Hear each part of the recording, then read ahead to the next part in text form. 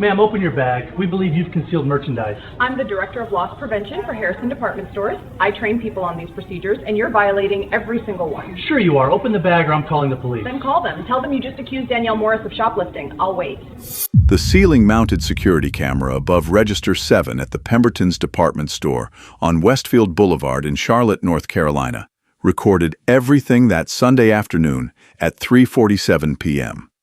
4 separate cameras covered the women's accessories section, positioned at the handbag displays, the jewelry counter, the main aisle, and the fitting room entrance, all feeding into a digital recording system that captured 4K video with crystal clear audio, uploading to secure cloud storage every 30 seconds.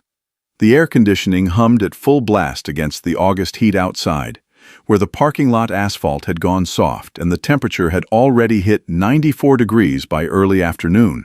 Inside, the fluorescent lights cast everything in that flat clinical brightness that made colors look slightly wrong and skin look slightly pale. The security footage showed a well-dressed black woman in her mid-40s browsing the handbag section with her teenage daughter. The woman wore a cream linen blouse, navy slacks, and low heels, the kind of understated professional clothing that said money without shouting it. A pearl necklace her mother had given her for her 40th birthday. A leather tote bag from a brand most people in the store couldn't afford. She was examining a burgundy satchel, turning it over to check the stitching, when the store manager began walking toward her. Before we continue, drop your city in the comments. Where are you watching from? And if this is your first time here, hit that subscribe button. Stories like this don't get told unless we tell them, and your support means these videos reach people who need to see what's really happening in stores across this country. Danielle Morris was 44 years old. She had spent 25 years in retail security, not just working in it, but transforming it, mastering it, building a career that had taken her from a 19-year-old store detective working undercover in Cleveland to the corner office at one of the largest retail chains in America. She was born in Detroit, Michigan. Her mother, Evelyn, was born in Chicago. Her father, James Sr., was born in Birmingham, Alabama. In 1947, the son of a steelworker and a seamstress. Her grandparents on both sides were born in the American South, Georgia, Alabama, Mississippi. Their roots in this country stretching back generations before anyone kept records of people who looked like them. Danielle's father had served in Vietnam with the 25th Infantry Division, earning a Bronze Star and a Purple Heart before coming home to work 31 years at the Ford River Rouge plant. Her mother had been a claims processor at an insurance company for 28 years, retiring with a pension and a bad knee from decades of sitting at a desk. They had raised Danielle and her brother James Jr. in a 3-bedroom house on Woodingham Drive. The kind of house with a mortgage that got paid on time every month and a lawn that got mowed every Saturday. They had saved for college. They had taught their children that education and hard work would open doors, that excellence was the only answer to a world that would question their presence in every room they entered. Danielle had believed them. She had made excellence her religion. She started in retail security in 1999, fresh out of high school with a plan to save money for college and no idea what she wanted to do with her life. A help wanted sign in the window of a department store had led to an interview, and that interview had led to an offer she hadn't expected. They wanted her to work undercover, posing as a shopper while watching for theft. Her supervisor during those early years was a retired police detective named Frank Morrison, a 62-year-old white man who had seen everything in his 30 years on the force. He had taken one look at Danielle's numbers, 47 confirmed catches in her first year, highest in the district, and pulled her aside. "You watch the merchandise, not the person," he told her. "You wait until you see concealment. You maintain visual contact. You approach only when you have specific, articulable evidence of theft. Anything else is assumption, and assumption will end your career." She had never forgotten that lesson. Over 25 years, Danielle rose through the ranks with a discipline that impressed everyone who worked with her. Store detective to security supervisor in 3 years. Security supervisor to assistant loss prevention manager in 2 more. Loss prevention manager to district manager in another 4. District manager to regional director. She earned her bachelor's degree at night while working full-time, then her MBA on weekends while managing a district. She published articles in trade journals. She spoke at industry conferences. She testified as an expert witness in 7 civil cases involving retail security practices. 3 years ago, Harrison Department Stores had recruited her with an offer that represented everything she had worked toward. National Director of Loss Prevention, overseeing 340 security professionals across 127 stores in 28 states. Annual budget of $47 million, direct reporting line to the Chief Operating Officer. She had written Harrison's current loss prevention training manual, all 340 pages of it. She had developed their surveillance protocols, their approach procedures, their documentation requirements. She had personally reviewed hundreds of detention cases to ensure they met legal standards, overturning 23 that she felt were based on insufficient evidence. Her salary was $287,000 a year. Her corner office overlooked downtown. Her name was known in every loss prevention department in the country. And on that Sunday afternoon, she was just a mother taking her daughter shopping before finals. Maya Morris was 19, a sophomore at State University studying marketing with a minor in psychology. She carried a 3.7 GPA, had already locked down a summer internship at a digital marketing agency, and was wearing a State University hoodie, jeans, and white sneakers, the uniform of college students everywhere. She was the reason Danielle had worked so hard for so long. Every late night, every certification, every promotion had been about building a life that could give her daughter opportunities Danielle herself had never had. Maya was going to graduate without student debt. Maya was going to have choices. They had planned a mother-daughter day as a break before finals consumed Maya's life. They had started at a boutique near campus, then grabbed lunch at Maya's favorite Thai restaurant, talking about classes and roommate drama and a boy from Maya's statistics class. They ended up at Pemberton's because Maya had seen a crossbody bag in an Instagram ad, something sleek and practical for her internship. She wanted to see it in person before deciding. Gerald Franklin had been watching them since they walked in. Franklin was 52 years old and had managed the Pemberton's location on Westfield Boulevard for 11 years. He prided himself on what he called proactive deterrence, aggressive surveillance of customers he deemed suspicious. His definition of suspicious had a pattern. Young people, especially teenagers, people who didn't look wealthy, people whose clothes didn't match the aesthetic of an upscale store, and people of color, particularly black customers, whom Franklin watched with an intensity that made his own staff uncomfortable. His loss prevention team had filed 3 internal complaints about his behavior over the past 2 years. The first came from a young LP officer named Derek Washington, who had watched Franklin follow a black family through the store for 45 minutes despite them doing nothing suspicious. They left without buying anything, clearly uncomfortable with the scrutiny. The second came from assistant manager Patricia Hendricks, who witnessed Franklin demand to see a receipt from a black teenager carrying a shopping bag from a different store entirely. The teenager was visiting with his mother, who was shopping in another department. The third came from cashier Michelle Torres, who heard Franklin refer to a black customer as probably trouble, before the customer had even touched any merchandise. All 3 complaints had been forwarded to regional management. All 3 had been dismissed as interpersonal conflicts. No investigation, no documentation in Franklin's file, no corrective action. The pattern continued unaddressed until it met someone who knew exactly what it was. Franklin positioned himself near the fragrance counter with a clear line of sight to the handbag displays. He watched Danielle and Maya pick up different bags. He watched them check prices. He watched Maya try on a crossbody bag and pose in front of a mirror while her mother laughed and took a photo. The security camera recorded all of it. It recorded 2 women shopping, laughing, being a mother and daughter on a Sunday afternoon. To Franklin, it looked like preparation for theft. At 3:47 p.m., he walked across the floor. The camera captured his stride, purposeful, aggressive, the walk of a man who had already made up his mind. He carried a folder under his arm like it contained evidence, though it was just his daily sales reports. He stopped directly in front of Danielle, positioning himself between her and the nearest exit. A blocking position, an aggressive stance. The kind of approach that loss prevention professionals are explicitly trained never to use. "Ma'am, I'm going to need you to open your bag. We have reason to believe you've concealed merchandise. Danielle looked up from the burgundy satchel she'd been examining. She saw Franklin's face, flushed with certainty. She saw his posture, feet planted wide, arms crossed. And she saw her daughter's face change, confusion giving way to fear, the fear every black parent dreads seeing on their child's face. "Excuse me, I haven't stolen anything. I've been shopping with my daughter for 20 minutes. You were observed switching tags. Please open the bag or we'll have to involve security and the police." The security camera captured Danielle's expression. Not fear, but recognition. This was what she trained people to prevent.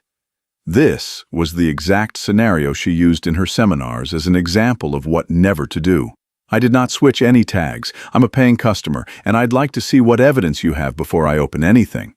Franklin's face flushed deeper. Most people, when accused of theft, either complied immediately or panicked. This woman was doing neither. "That's not how this works. Open the bag now or you're being detained." Danielle looked at him steadily. "Actually, that's exactly how this works. I'm the National Director of Loss Prevention for Harrison Department Stores. I've spent 25 years training people on these exact procedures, and you're violating every single one of them." The camera captured Franklin's reaction. Disbelief, then dismissal, then contempt. He laughed. Actually laughed. "Sure you are. And I'm the CEO of Amazon." Danielle reached into her purse slowly, movements deliberate and visible. She pulled out a leather business card case embossed with the Harrison logo and handed him a card. "Danielle Morris, National Director of Loss Prevention, Harrison Department Stores, Corporate Headquarters." The card was printed on heavy cream stock. The Harrison logo was embossed in gold foil. Her name, title, direct phone number, and email were printed in elegant serif type. Franklin looked at the card, looked at Danielle, looked back at the card. These can be faked. Anyone can print a business card. Should retail employees be trained to recognize their own biases? Comment below, because what Franklin did next would cost his company $8.9 million. Maya had pulled out her phone and was recording, her hands trembling slightly but her grip steady. A sales associate nearby, a young white woman named Christine Holloway, who had been straightening a display of scarves, stopped working and watched. She had been in this section all afternoon. She had seen Danielle and Maya enter. She had watched them shop. Two other customers stopped to observe. One had her phone out, recording. Another backed away slowly but kept watching. The CCTV camera captured all of it. The growing audience, the phones coming out, the manager who had just accused a senior retail executive of shoplifting, based on nothing but the color of her skin. Franklin noticed the phones. The camera caught his eyes flicking toward them, but he didn't back down. He had committed, and his pride wouldn't let him retreat. "My credentials can be verified with a single phone call," Danielle said. Her voice was controlled, the tone she used in depositions and training sessions. "The number on that card connects to Harrison's corporate switchboard. Ask for the executive suite. They'll confirm my identity in 30 seconds. She paused. "But before you make that call, I want you to understand exactly what's happening here. You have accused me of theft in front of my daughter and multiple witnesses. You have not observed me conceal any merchandise. You have not observed me remove any security tags. You have not observed me switch any price tags. You have not observed me do anything at all except shop for handbags with my daughter on a Sunday afternoon. I watched you switching tags. I saw it. Did you? What color was the tag? What item was it attached to? What item did I switch it with? What was the original price? What was the fraudulent price?" Franklin's mouth opened. Nothing came out. "You have no evidence because there is no evidence. What you have is a black woman shopping in your store, and you decided that was suspicious enough to confront her." She took a step toward him, her voice rising just enough to carry across the section. "So let me ask you one question, Mr. Franklin, and I want you to answer it honestly, in front of all these cameras, in front of all these witnesses. What specific, articulable evidence made you approach me today? What did you actually see me do? Or was it just the color of my skin?" The question hung in the air. Franklin said nothing. The cameras recorded his silence. Christine, the sales associate, stepped forward. "Mr. Franklin, I've been working this section all afternoon. I've watched this whole area, including these two customers. They haven't done anything wrong. They've been shopping, looking at bags, taking pictures. That's all." Franklin turned on her. "This doesn't concern you. Get back to work."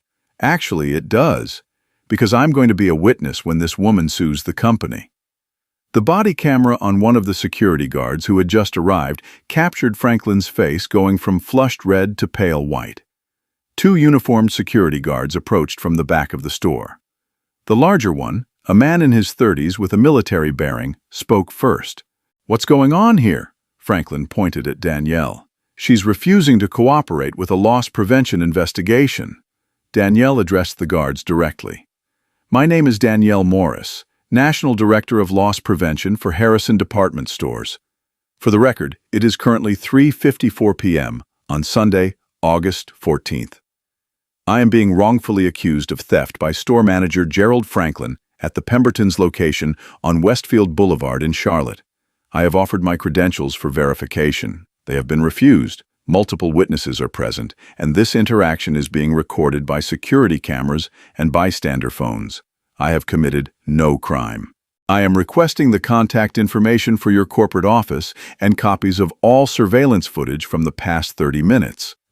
The larger guard picked up the business card Franklin had dropped on a display counter. He read it. His expression changed. "Ma'am, we apologize. You're free to go." "I'm not going anywhere yet. First, I want Mr. Franklin to state clearly, on camera, that he has no evidence I committed any crime." Franklin stood frozen. "I want the names of everyone who witnessed this incident. I want confirmation that all surveillance footage will be preserved.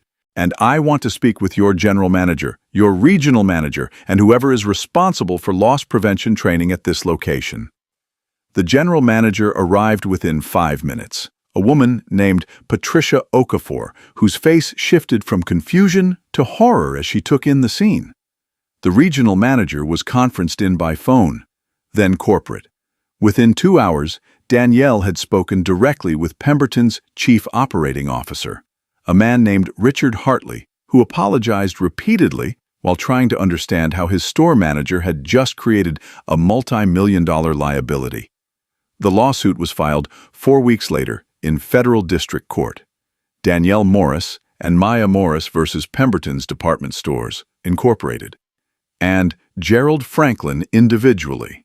Danielle retained civil rights attorney Vanessa Coleman of Coleman & Associates, a firm that had won $47 million in settlements against major retailers over the past decade. Coleman had argued before the Fourth Circuit twice and won both times. Her track record against corporate defendants was 31-4. Coleman's first move was to subpoena Franklin's personnel file and stop records. What they found was devastating. In the past 2 years, Franklin had initiated 47 stop-and-investigate interactions with customers.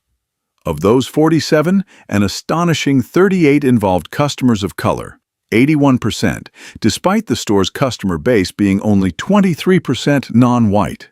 Of those 38 stops of minority customers, only 4 resulted in actual recovery of stolen merchandise.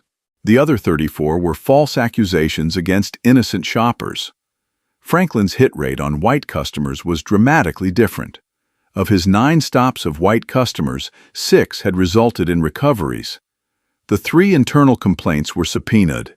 So were the emails showing regional management had been specifically told about concerns regarding Franklin's treatment of minority customers and had chosen not to investigate. Pemberton's offered a settlement 6 months before trial, $400,000 and a confidentiality agreement. Coleman sent back a one-word response. No. They offered $750,000. No. They offered $1.2 million. My client isn't interested in being silenced, Coleman told their attorneys. She's interested in accountability. We'll see you in court.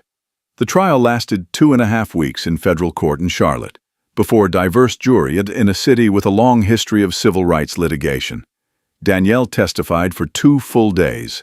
She walked the jury through her 25-year career, through the training manual she had written, through every procedure Franklin had violated. On cross-examination, the defense attorney suggested that Danielle's refusal to open her bag constituted suspicious behavior. Danielle's response was quoted in legal journals for months afterward. "I refused to submit to an unlawful search. Under this state's merchant detention statute, you need reasonable cause based on direct observation to detain a customer. You have none. I refuse to be held without evidence. That is my legal right. I refuse to confess to a crime I didn't commit. At no point did I resist. At no point did I threaten anyone. I simply stood in a department store and refused to be treated like a criminal because of the color of my skin." If that's suspicious behavior, then you've just proven my entire case. Maya testified about watching her mother be accused. "I've never seen anyone look at my mom the way he looked at her, like she was nothing, like everything she'd accomplished, everything she'd worked for didn't matter, like she was just guilty, already guilty before she'd done anything." She described a nightmare that had woken her up crying 2 weeks after the incident. Her mother in handcuffs, being pushed into a police car while Maya screamed that she was innocent. "I still feel anxious in stores. I catch myself keeping my hands visible, making sure I'm not standing too close to expensive things. I'm 19 years old and I'm already learning to perform innocence. That's what he took from me." The jury saw the security footage from 4 different angles. They saw Danielle and Maya shopping normally for 23 minutes. They saw Franklin watching them, tracking their movements, following their progress through the section. They saw him approach with aggression in his stride. They saw every moment of the confrontation. They saw Franklin notice the phone's recording. They saw him continue anyway. 3 other customers Franklin had wrongfully accused testified about their experiences. Marie Williams, 54, an accountant, had been detained for 47 minutes after Franklin accused her of concealing jewelry. Police were called. Her purse was searched. Nothing was found. She missed her granddaughter's birthday party while sitting in a back office being treated like a criminal. James Porter, 67, a retired teacher, had been publicly accused in front of his grandchildren, ages 8 and 11. His grandson still asked him, 2 years later, if Grandpa was going to be arrested when they went to stores. David Chen, 28, a software engineer, had been questioned for over an hour after Franklin accused him of concealing electronics. Someone in HR learned about the shoplifting investigation. Chen was fired 3 weeks later. He was unemployed for 4 months. The pattern was documented. Exposed, undeniable. Coleman's closing argument lasted 2 hours. She ended with a question. How many more people has Gerald Franklin done this to? How many people didn't have Danielle Morris's credentials, her knowledge, her resources?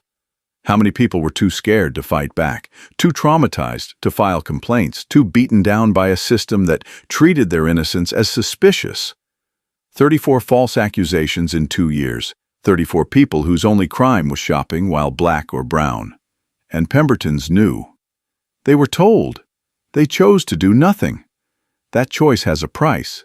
Today, you decide what that price is.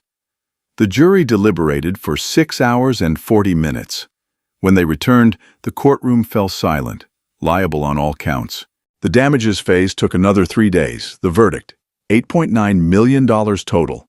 $3.5 million in compensatory damages to Danielle and Maya. Economic damages, emotional distress, reputational harm. $4.4 million in punitive damages against Pembertons for their systematic failure to address known problems, their dismissal of internal complaints, their deliberate indifference. $1 million to be distributed among the other customers Franklin had wrongfully accused. Gerald Franklin was terminated the day after the verdict. His name was entered into a retail industry database of employees terminated for discrimination-related cause. He would never work in retail management again. Regional manager Thomas Whitfield, who had dismissed the 3 internal complaints, was demoted to assistant manager at a store 200 miles away. His supervisor, District Director Amanda Hayes, was placed on administrative leave pending investigation into her oversight failures. Pemberton's was required to implement sweeping reforms under court supervision. An outside firm was hired to audit loss prevention practices at all 34 locations. Mandatory bias training was instituted for all management and security staff, with the curriculum approved by civil rights organizations. A customer complaint hotline was established for profiling incidents, with reports going directly to corporate counsel. Quarterly stop pattern reports broken down by customer race would be submitted to the court for 5 years. Danielle Morris walked out of the courthouse on the day of the verdict. Reporters waited on the steps. Cameras flashed, microphones extended toward her. She gave one statement. "I've spent 25 years teaching people how to do loss prevention the right way. How to catch actual thieves without destroying innocent lives." Gerald Franklin didn't see a shoplifter when he looked at me. He saw a black woman in a store where he didn't think I belonged. That's not security, that's profiling. And today, a jury said it has consequences. She paused. I had the credentials to fight back. I had the knowledge, the resources, the platform. Most people don't. They just have to live with the humiliation and move on. This verdict isn't just for me. It's for the 34 people Franklin wrongly accused who couldn't fight back. It's for everyone who's ever been followed through a store, watched with suspicion, treated as guilty until proven innocent. You are not alone. And what happened to you was wrong. She used $1 million of her settlement to establish the Morris Justice Fund, providing legal representation for people who face retail discrimination but can't afford attorneys. In its first 18 months, the fund has represented 52 families, resulting in 38 settlements totaling $4.7 million. Maya graduated from State University with honors the spring after the trial. She works in corporate compliance now, helping companies build policies that prevent exactly what happened to her mother. She tells people her mother taught her something that Sunday afternoon at Pemberton's. Knowing your rights isn't aggressive. It isn't confrontational. It isn't suspicious. It's survival. The security footage from the Pembertons on Westfield Boulevard in Charlotte is now required viewing in loss prevention certification courses across the country. It's studied in law schools and business schools. It shows Gerald Franklin walking across the floor with certainty in his stride, approaching a customer he had already decided was guilty. And it shows Danielle Morris standing her ground, not backing down, not accepting the assumption. It shows what happens when someone who knows the system decides the system has to change. If you believe that customers should be able to shop without being profiled, that credentials should matter more than skin color, that 25 years of excellence should mean something, hit that subscribe button. Share this video. Tell this story. Because in a store, ain't it where the National Director of Loss Prevention can be accused of shoplifting while shopping with her daughter, none of us are safe from assumption. The only question is what we do about it. Danielle Morris decided to fight, and she won. Now it's on the rest of us to make sure the fight was worth it.